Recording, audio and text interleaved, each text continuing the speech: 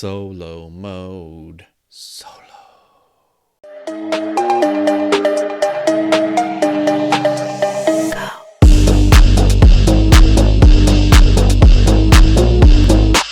Hello, everybody, and welcome to What the Hell Should I Watch? I'm Steve Stebbing. Chloe is off this week. She'll be back next week, but we are your weekly rundown of what we're watching, which may become what you're watching, and we come at you every Friday at 9 a.m. Pacific time on stevestebbing.ca.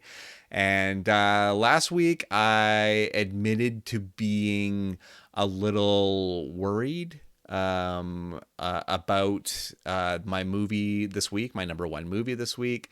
And it wasn't worried because I thought it was going to be bad. I was worried just because the subject matter makes me a little edgy, I guess. But it's fresh.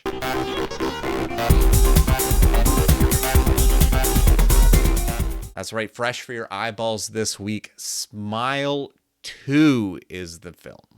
About to embark on a world tour, global pop sensation Sky Riley begins experiencing increasingly terrifying and inexplicable events. Overwhelmed by the escalating horrors and pressures of fame, Sky is forced to face her past. Starring Naomi Scott, Rosemary DeWitt, Kyle Gallner, Lucas Gage, Miles Gutierrez Riley, Peter Jacobson, Raul Castillo, Dylan Gulela, and Ray Nicholson. Written and directed by Parker Finn. So yes, Smile 2. Smile 1 is a film that has a few sequences in it that I found very unnerving, and some of its subject matter actually just got under my skin a little bit. So I had because even with some horror films, I still feel in my core a little nervous about the subject matter or about what I'm about to see. And Smile, these films are part of that. And I have to say that Smile 2 definitely delivers a lot of solid, deserved jump scares, has some very creepy imagery. But is Parker Finn writing a sequel that is better than the first film, in my opinion? I enjoy this film more. Naomi Scott's performance is incredible. Not to say that Sosie Bacon's performance wasn't great in the first film. It was a solid performance, a solid debut performance.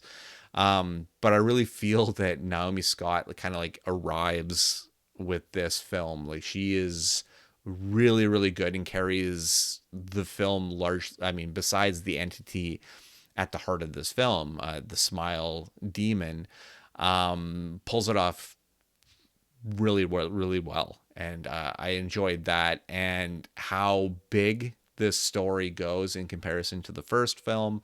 I will say that I had, and this isn't like I thought of it first, but I had an inkling of where I wanted this story to go in the third act, like even before I'd even seen the movie. Like, I'd just seen the trailer, and I'm pumped to say that Parker Finn did exactly what I wanted him to do with this story. And I know it's shitty of me to put my own onus on this film, but I thought that was very cool. Another aspect about the film that I thought was very cool is the fact that Sky Riley, which is Naomi Scott's character, is a pop star. So obviously you have to have some original songs to make her a pop star. And I actually dig the soundtrack for this movie quite a bit. I think the songs that Scott wrote herself, albeit with I think 6-7 other writers, including Tate McRae, wrote actual pop songs for this movie. And I actually dig the whole soundtrack generally, which is also available on Spotify right now. And I thought that was a very cool aspect of it. The cinematography is insane. I love all the camera work in this film, and it sets itself apart from other horror films in my estimation. And great special effects. Ray Nicholson doing. There's a scene in this film that's not in the trailer, where he's channeling his dad in just like a big bad way. Like you could almost do a shot for shot Shining remake and it wouldn't look crappy like AI. It would it would look impressive. So I don't know. I really dug this film. I think it's this is now hopefully, because I would watch a third film, sets up like a franchise. But it does have it does have an expiration date to it though.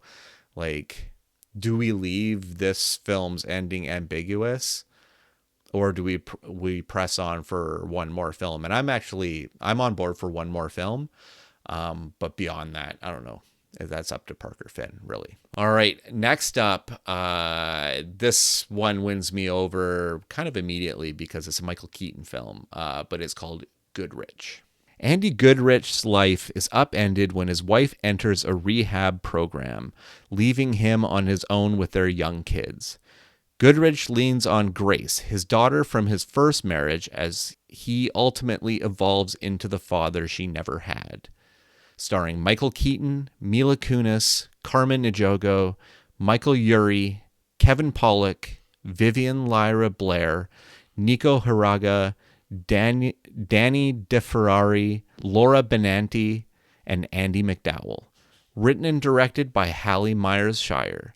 And I don't know, you put Michael Keaton in a comedy, like a character comedy, and this one being like a comedy with a dramatic edge to it, and it just works. Dialogue, just the masterful things that Michael Keaton can do with dialogue in his own kind of idiosyncratic way is always so brilliant and always so enjoyable. And I enjoy seeing Michael Keaton in a major film in a lead role. Like I really felt like since Birdman we were going to see this a lot more. I don't know, a little fewer and far between, but this year alone he has Beetlejuice, and now he has this film, which honestly a lot of people are not going to see in theaters for sure. They'll probably just discover it later, and what they'll find is kind of like a nice lighthearted character drama of a guy that's past his middle age, you know, he's Michael Keaton's age, and learning to grow up. He is both a father of a daughter, Mila Kunis' character, who is about to have a baby herself, her first child, and trying to fit into her life and try to make up for what he's trying to give to his young children now. And just a dude that is super aloof to the people around him, notably the women around him, and what their problems are. And so when revelations come out of them, he almost is bowled over by it because he didn't see it coming. But it's just, I don't know, it's part of the aloof nature of being a dude. Dudes are just notoriously aloof. We just are. So it's something relatable, maybe not to his extreme, but kind of relatable. But this movie is watchable just on the fact that Michael Keaton is fantastic. I also really like Michael Urie in this, and his character and Keaton's character have a very interesting moment that's handled so brilliantly that I really thought it was like one of the great points of the film. And I really dug him in Ugly Betty, so it was cool to see him pop up again. And Kevin Pollak is always incredible. I adore Kevin Pollak. So Goodrich, solid film. Not really like you need to rush to see it in theaters. I mean, I watched a screener at home and I was content with that. Like I didn't feel like it needed a theatrical experience, but just a solid film, I think. All right, let's move on to what you can stream right now.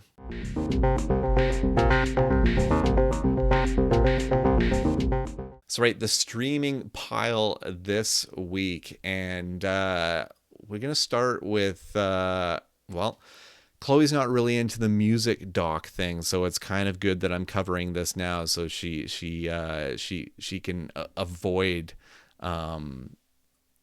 well, just kind of talking about another music doc, something that I definitely geeked out over. This is Road Diary, Bruce Springsteen and the E Street Band. Documentary which chronicles the behind the scenes preparation for Springsteen's band's 2023 to 2024 world tour, directed by Tom Zimney, available on Disney Plus. I mean, really, what can you say about this film? This is literally a bit of history, like a loose bit of history about Springsteen and his band and how they came together, but mostly about them preparing to do this tour, which is something that the boss basically during COVID said, like, when we get out of this, we're going to have a big party. So this was something that he promised. And I mean, if we're like, while we're recording this, Springsteen turned 75, I want to say like a month ago. And the man is a fucking workhorse in every shape or form. Like, he gives his all to his shows, and these are sold out shows around the world, just incredible packed arenas everywhere, arenas and stadiums, and I mean, to just kind of take it in, and especially amongst all of the other concert docs that I've watched over the years. It really makes you appreciate Springsteen. I also kind of noticed, because I'm not super well versed with with all the eras of Springsteen's work, but his storytelling he's like, him and a few other artists are just kind of in a league of their own when it comes to storytelling and songs, and Springsteen's just freaking incredible. And it's also cool to see like Max Weinberg, because I mean, being the Conan fan that I am, and Steven Van Zandt, of course, from Sopranos. But I mean, those guys were originally E Street Band members, and to see that Clarence Clemens. Let's get that right. Clarence Clemens' nephew now plays saxophone for the E Street Band, which I think is very cool as well, because Clarence passed away like 8 years ago or something like that. But I have a documentary on him too that's really good. But anyway, rambling. This is a solid documentary. If you love a good music documentary like I do, and if you love Bruce, if you love the boss, you have to watch it, because that man rules. Let's move on to another focused documentary. This is Bray Wyatt Becoming Immortal. The story behind one of the most revered and mysterious characters in WWE history, and the man himself, Wyndham Rotunda, has never been documented until now. Written and directed by Steve Conoscenti. So yeah, I have a couple wrestling related things this week. I am a big wrestling fan. If I haven't said that before on the show, I think I brought something on this show that was wrestling related. But Bray Wyatt is a wrestler who passed away last year due to heart complications. But he was a professional wrestler and creator that I really loved. I was a big fan of his work. He was very much rooted in horror. Like, that was kind of the character that he brought to the screen, to the ring. And most notably in the last handful of years, he brought a character called The Fiend, which was very much a movie monster in every way. But this documentary, and a very emotionally charged documentary, especially if you know Bray Wyatt's past and also his surrounding circle of friends, some of them who have also passed away as well. It's, I don't know, it's just an interesting story of a very creative person and creative mind. I mean, obviously very WWE focused, but again, if you're interested in just a good, solid character documentary, I would recommend this one, but won't spend that much more time on it. Let's move on to the returning of an absolute favorite, but for the final season. This is What We Do in the Shadows. A look into the nightly lives of 4 vampires who have lived together on Staten Island for over a century. Starring Kayvan Novak, Matt Berry, Natasha Dimitriou, Harvey Guillen, Mark Proch, and Kristen Schaal. Created by Jermaine Clement. Available on Disney+. This one I'm bummed that Chloe's not here for, because this is a show that both of us love. So I'm definitely going to pick her brain about it next week, because guaranteed by then she will have seen the first 3 episodes of this series, which season 6, the final season, lands with. And I am going to miss this show so much, but I do appreciate a show that can recognize it's time to close the door and move on. And especially for actors, I'm sure you want to move on and do different stuff, even though a lot of these guys have been doing a bunch of different stuff. One thing that you will notice in the first few episodes is Nadia appears to be very pregnant, and it's because she is. And Natasha Dimitriou is expecting her first child right now. So I thought that they're just gonna put her in big, even poofier dresses and outfits and stuff. So I thought that was really funny. But this show has no lull point to it. Has no bad episodes. Like, I've enjoyed the show thoroughly. They kind of expand on their history a little bit in the first couple episodes, and propose kind of new final journeys for them in ways that I can kind of see how this is how we're stretching to the finality of the series. The show's just great, and I have no expectations but to laugh thoroughly, and I'm looking forward to talking about this one with Chloe, especially when we come to wrapping up the whole show once it's done its run. Moving on, let's go back to the subject of wrestling again, with a Netflix documentary that's produced by the guys that did Tiger King, but on one of my favorite subjects, but definitely not one of my favorite people. This is Mr. McMahon. WWE experienced record-breaking highs and crushing lows under Vince McMahon's leadership and the Mogul's controversial reign, created by Chris Smith, available on Netflix. So yeah, this, and it's funny. So this is essentially the Vince McMahon story from his beginnings to his acquisition of WWF through his father, to his takeover of the territories, to his eventual monopolizing of the entire industry. And then including a lawsuit in which Vince McMahon actually recorded interview footage for this documentary, but then he was served the Janelle Grant lawsuit, which is something you can look into. I won't explain all the nitty gritty, but it gets really gross and really disturbing. So he gets this information that he's being sued, so he never comes back to finish the interview. So they basically have to piece everything together without. But to get ahead, I guess, of the release of this documentary, the series, like a day before, I think, Vince McMahon put up a statement that basically said that all of this was skewed to show a story in the wrong light. And I'm like, dude, this is coming from a guy that did that exactly for his, like, the majority of his career. Was skewing information to be in his favor. So I don't even understand.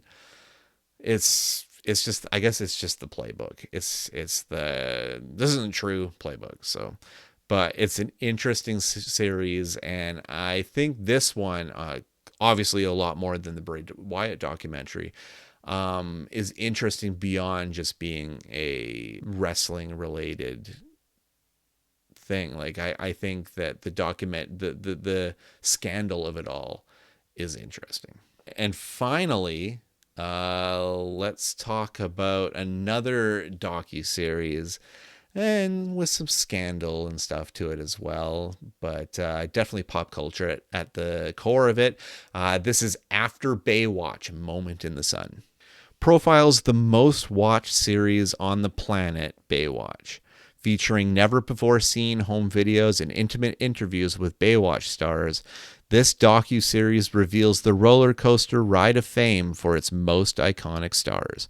Created by Matthew Felker, available on Disney Plus. And this is kind of weird to talk about this one today, because as I'm recording it, one of the former Baywatch cast members, Michael Newman, who played Noomi on the show, actually died today. Who was like very close friend with the creator of the show, the series, Matthew Felker. But I don't know. I love, like I said, I love music documentaries, but I also really, really love like anything TV related or movie related. So obviously something like this is going to be very interesting to me. And especially how this show all came together, because the series basically initially only ran on network television for one season before it was canceled. And then the producers, through massive help from David Hasselhoff, who thought that he could use his star power to make it a star vehicle for him, got investors on board. It became a syndicated series, and that's basically, it was sold in that sense, and that's basically how it became so popular. But so it's interesting to see that, and how much they could do in the non-network sense, and get away with it. I thought it was really interesting. But then also, when Playboy gets involved, and Pamela Anderson, and then the different playmates that come on as cast members, and then David Hasselhoff's ego and jealousy and everything, that becomes really interesting. Yeah, I find this kind of stuff really fascinating, and the show is really interesting if you're into that kind of stuff, for sure. All right, just a few things that I want to talk about. New stuff in my library.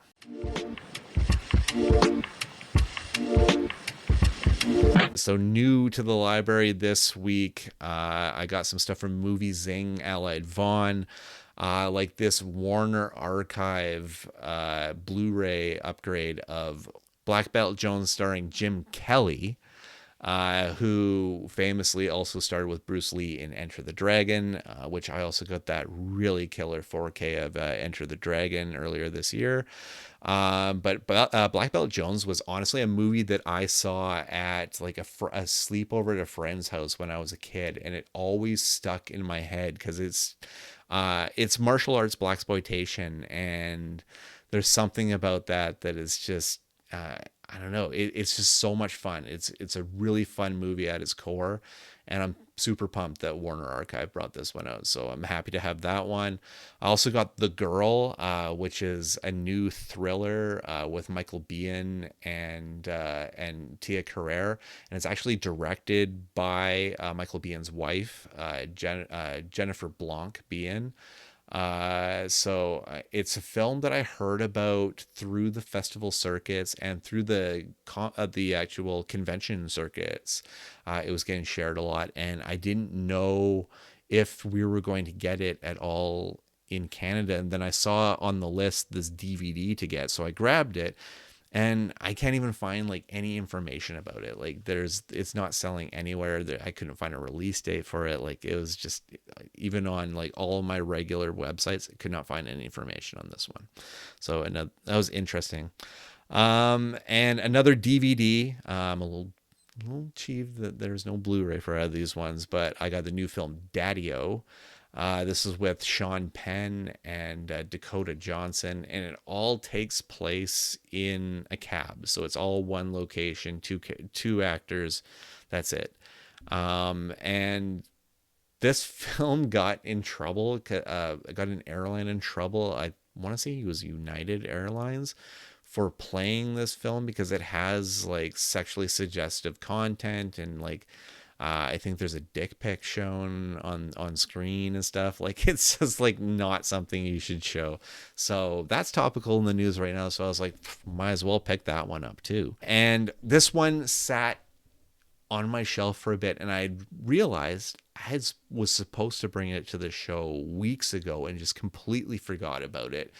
But Paramount brought out the 4K edition of Knuckles, which was the limited series that appeared on Paramount Plus a few months ago, which is the bridge kind of from Sonic 2 to Sonic 3, which is out before the end of this year. So I really dig it. I love Idris Elba as Knuckles. My daughter Hannah is all about the show. And Adam Pally has been a favorite of mine since Happy Endings. So he's just really, really great in it. And it's 4K, so it looks pristine. It looks better than it does even if you streamed it. So if you have the movies, then why not pick up Knuckles, the series? It just would fit on the shelf with it. It just makes sense. And finally, Elsbeth season 1. This is actually a network show. It airs on CBS, and then they put it on Paramount Plus later. But this is Carrie Preston reprising her role from The Good Wife, and it's a fun series because I just find her character in The Good Wife so eclectic and so just odd and strange. And Carrie Preston is an actress that's I've always enjoyed her in things, so I dig this series. I've only watched the first couple episodes, admittedly, so when I get more of a handle on the show, I'll definitely bring it back to the show. We're about to get out of here. I just got a few reminders.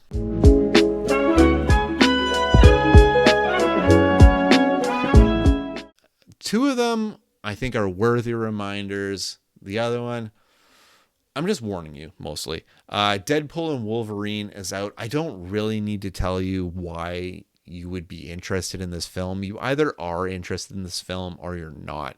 It is incredibly cameo heavy. Yes, it is incredibly crude and very, very R-rated. And yes, a lot of people may think that Ryan Reynolds plays the same role all the time. If you don't like any of that, don't watch the movie. I love this movie. It's one of my favorites this year.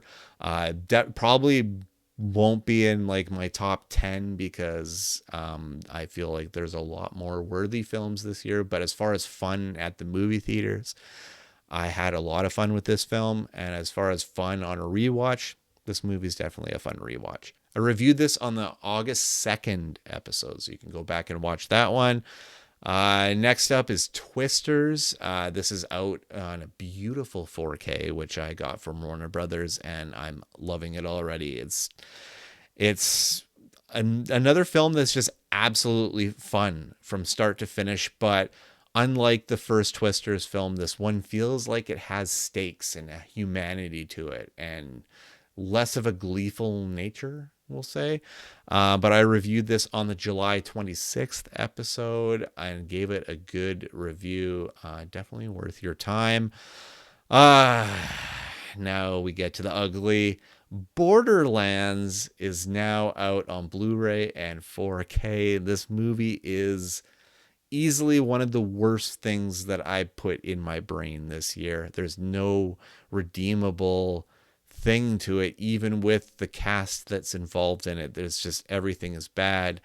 I'm happy that Cate Blanchett did Rumors, which, while weird, is infinitely better than Borderlands. Eli Roth is a monster. But I reviewed this on the August 16th episode. Please watch that episode to get my full thoughts on it, because it's better to watch that than to waste your time with this film. It is truly, truly, truly an awful film. So what's going to go on next week?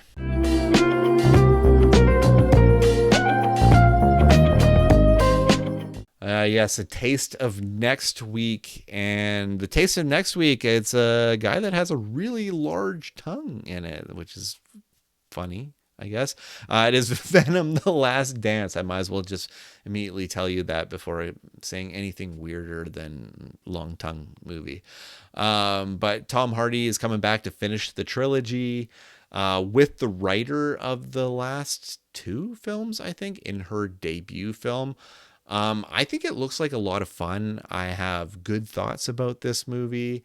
And I've good bad movie enjoyed the last two a lot. So that's kind of what I'm expecting, and I'm wondering if there's going to be more MCU tie-in. Who knows? Who knows really? But that is what's going to happen next week. So that is it for me this week. You can find me at the Stevel Dead on Twitter, Instagram, Letterboxd, and Threads. You can find Chloe on Letterboxd at HoneyBunChloe. And you can find this show at stevestebbing.ca and my YouTube page, Steve Stebbing. You can also find us on shiftheads.ca, and you can hear me every Friday at 8 p.m. Eastern Time in Toronto on the iHeart Music Net on the iHeart Network. On Shane Hewitt and the Night Shift, which is also on News 1010 there in Toronto. I've said that already. But that is it from us this week. We've emptied out our list. So until next time, bye-bye.